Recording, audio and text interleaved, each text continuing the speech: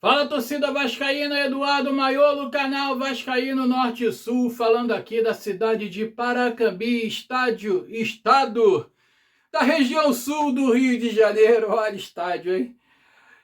Trazendo aqui o vídeo aqui de pré-jogo, o vídeo aí. Hoje tem Vasco, hoje tem jogo, Hoje vai ter vitória, Vascão, se Deus quiser. Trazendo o vídeo aqui de terça-feira, dia de jogo em São Januário. Daqui a pouco eu tô lá, ó. Não sei se eu vou com essa camisa aqui, se eu vou com a outra ali A outra que... Em alusão ali, as camisas negras. Então ainda tô pensando aqui. Mas vamos lá, vamos de notícia, vamos falar de Vasco, vamos falar de futebol brasileiro. Olha, o Vasco que joga hoje, gente, em São Januário, às 19 horas, como eu disse, né, estarei presente lá em São Januário, se Deus quiser, se assim Deus permitir, não acontecer nada até lá, né? Que a gente nunca sabe das coisas, né, pessoal? Então, daqui a pouco, né, Deus permitir, estarei em São Januário. Vou fazer ali vídeos ali, vou registrar ali os bastidores ali de dentro do estádio, de dentro de São Januário, aos arredores de São Januário assim que eu chegar também. E vou trazer muita coisa bacana aqui para vocês. De repente, eu faço o vídeo amanhã, tá, gente? Deixa eu só ajeitar um pouquinho essa câmera aqui, que como sempre eu não consigo nunca ajeitar ela direito, né? Então, eu vou trazer aqui cortes para vocês aqui de São Januário, dos bastidores de dentro do estádio, ao redor do estádio também. Vai ser bacana fazer um compilado aqui maneiro para trazer para vocês. Vamos de notícia. O Vasco que joga hoje e vai ter a volta de Tietê e do David também, né? David que cumpriu suspensão pelo cartão vermelho que ele tomou contra o Bahia, e o Tietê pelo terceiro cartão amarelo. Porém, o Diniz não deve mexer na equipe para a partida de hoje, tá? O Vasco que deve vir com Léo Jardim, Paulo Henrique na lateral direita, Carlos Cuesta e Robert Renan na zaga e Lucas Piton na lateral esquerda. No meio-campo, Cauã Barros, Thiago Mendes, que foi muito bem contra o Internacional na goleada de 5-1, e o Felipe Coutinho. Andrés Gomes, Nuno Moreira e o Ryan no ataque. Ele deve fazer aquele esquema mais uma vez ali, né? Trazendo ali o Andrés Gomes ali para o lado esquerdo, trazendo o Nuno Moreira ali para o meio de campo ali do lado do Coutinho. Na verdade, ali o Diniz, né, ele surpreendeu o Internacional fazendo um esquema ali de 4-4-2, né, pessoal? A meu ver, né, o famoso 4-4-2 ali que o Antônio Lopes usava nos tempos áureos do Vasco e muitos outros técnicos aí que passaram pelo Vasco também usavam. Então ele traz ali o Nuno Moreira para o meio e ele faz tipo de um losango. Ele coloca ali o Cauã Barros ali na contenção, o Thiago Mendes de repente mais adiantado na frente. Aí vem o Felipe Coutinho e o Nuno Moreira. Então ele faz ali aquele losango ali, com o Nuno Moreira mais espetado um pouco na frente no ataque, e o Ryan no ataque lá, com o Andrés Gomes do lado esquerdo. Gente, as famosas duplas de ataque que deram certo no Vasco. Euler e Romário, Éder Luiz e Alexandre. Quem não lembra disso? Só que o Éder Luiz caía pelo lado direito, não pelo esquerdo, né? O Euler também costumava cair pelo lado direito. Nesse caso aí, nessa escalação do Vasco, do lado direito ali, quando o Andrés Gomes não estiver ali, quem vai subir ali é o PH. E o Cauã Barros, né, vai fazer aquela cobertura ali, de repente, do PH. O Piton, de repente, fica mais um pouquinho, ele não sobe tanto, até porque quando o Piton sobe, cara, fica um corredor nas costas deles ali que Deus que me perdoe. Infelizmente o Piton ele tem essa deficiência na marcação. O Vasco, quando teve aquele super time lá de 2000, 97, o Vasco não tinha lateral direito. O Vasco praticamente ele não tinha lateral direito. Ora era o Maricá, ora era o Felipe Alvim, que era da base, ou então o Valber, que já era veterano. Aí o Valber pouco subia para o ataque. Quem subia era mais o Felipe subia sem compromisso de voltar para marcar, e o Valber ficava. Aí quando foi se passando os anos, já 2000 foi o Wagner. O Wagner fazia tanto a lateral direita quanto o meio campo. Aí o Vasco contratou o Vitor, contratou o Cleberson, que teve um acidente fatídico lá de automóvel, e veio a falecer, infelizmente. Excelente lateral direito, Cleberson. Aí o Vasco passou a ter uma lateral direita mais atuante, mas antes disso não, o Vasco não tinha lateral direito. O Vasco não tinha, né? E o esquema do Antônio Lopes lá na época dava certo, assim como do Oswaldo de Oliveira e posteriormente lá do Papai Joel Santana. Pessoal, o Mirassol, a escalação do Mirassol, antes de tudo, pendurados cartão amarelo, tá? Do Vasco da Gama, Carlos Cuesta, atenção, tá? Carlos Cuesta, Barros, Piton e o Paulinho. Paulinho que quase não entrou ali contra o Internacional. Espero que ele passe a ter mais chances, né? Porque o Paulinho é um excelente jogador. Não é possível que ele desaprendeu tanto assim, cara. Ninguém desaprende a jogar bola. Mas enfim, então Paulinho também pendurado com cartão amarelo, além dos titulares, né? Cuesta, Barros e o Piton. O Vasco que deve levar um time alternativo para Minas Gerais para jogar a última rodada com o Atlético Mineiro. Deixa eu explicar uma coisa aqui. Eu estou ouvindo muito se falar aí, olha, tem que poupar, porque o jogo da nossa vida é a Copa do Brasil. Eu concordo. Eu quero a vaga na Libertadores através do título da Copa do Brasil. Tá? Pô, seria, cara, o ápice, sabe? Olha, eu fico imaginando aqui o Vasco conquistando a Copa do Brasil, cara, e tendo a vaga automática para Libertadores. Cara, é um sonho, cara. É um sonho, sabe?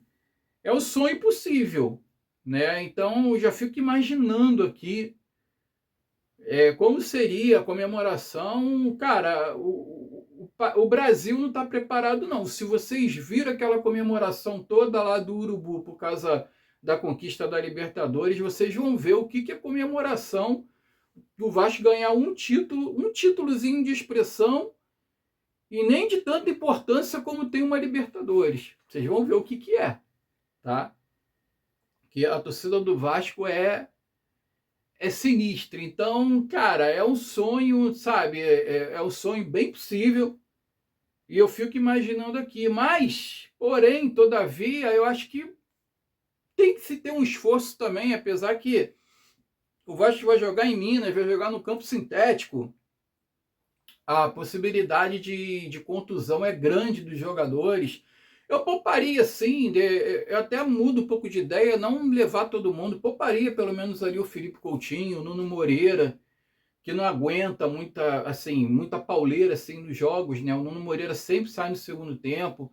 O Paulo Henrique, que é uma peça fundamental ali no esquema ali do Fernando Diniz.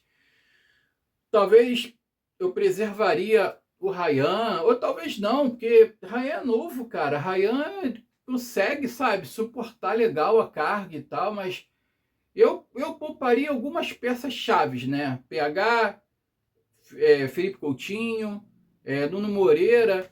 Agora, engraçado, cara, pro jogo de hoje, o GB e o Leandrinho vão estar de fora, não foram relacionados. Por que não relaciona os garotos, cara?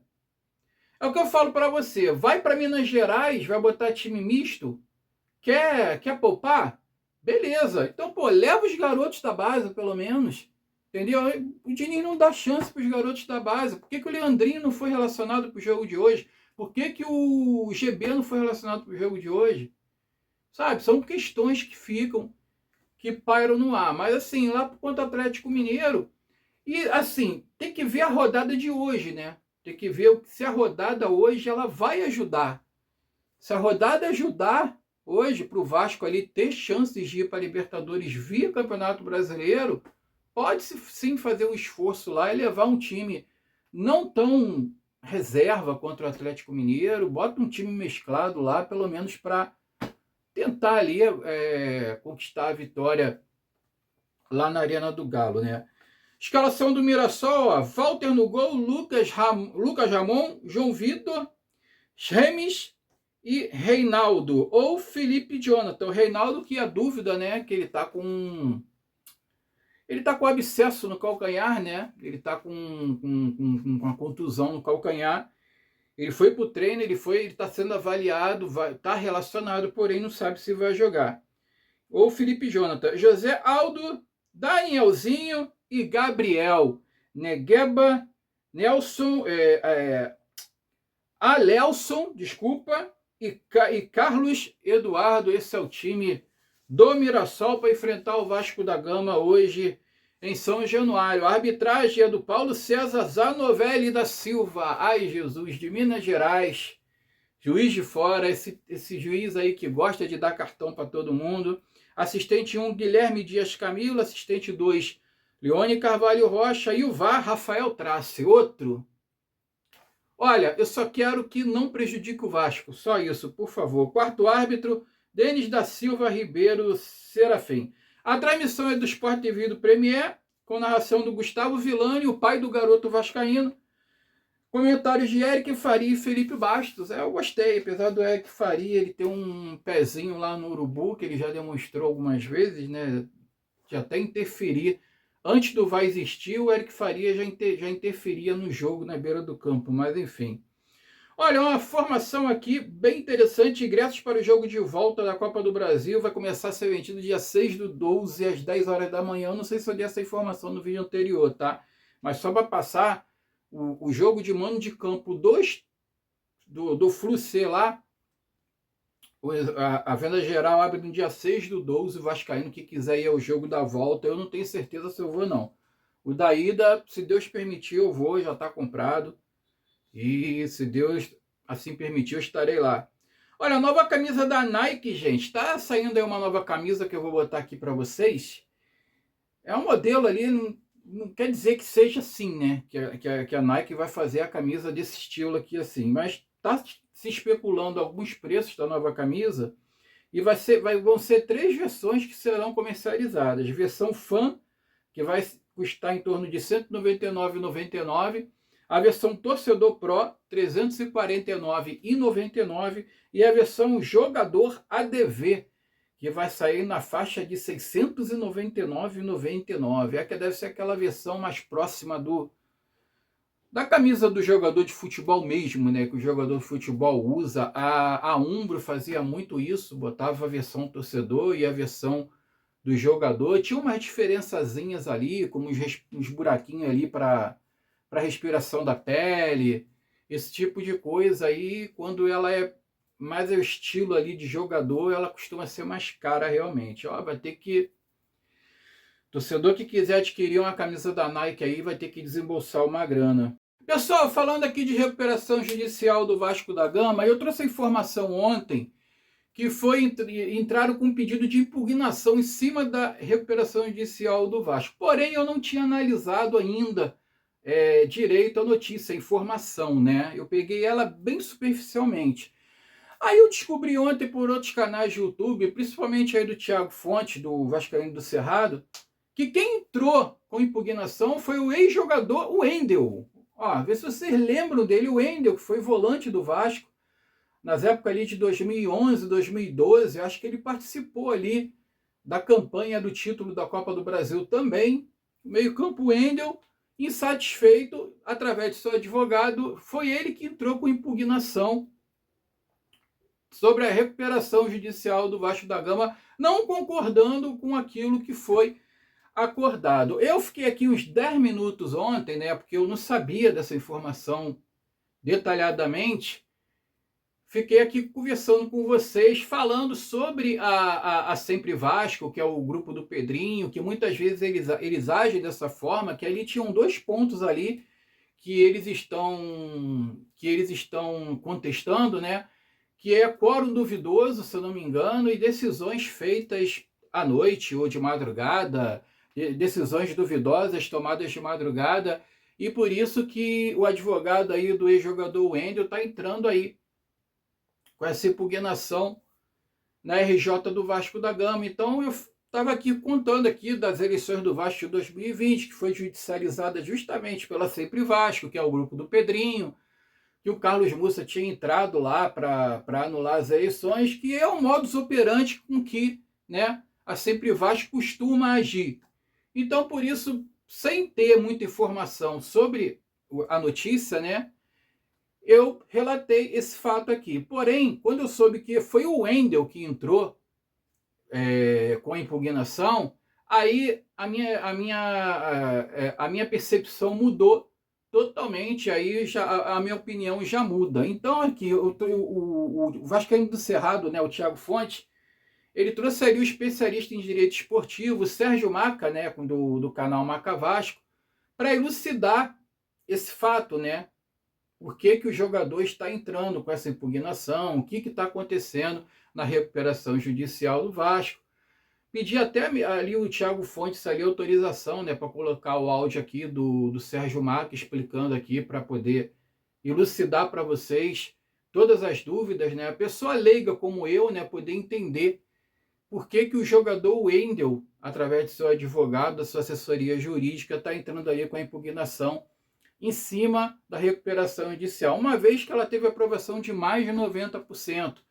E o Sérgio Maca, ele acha estranho, né, o jogador justamente contestar isso de quórum duvidoso, de decisões tomadas na calada da noite, de madrugada.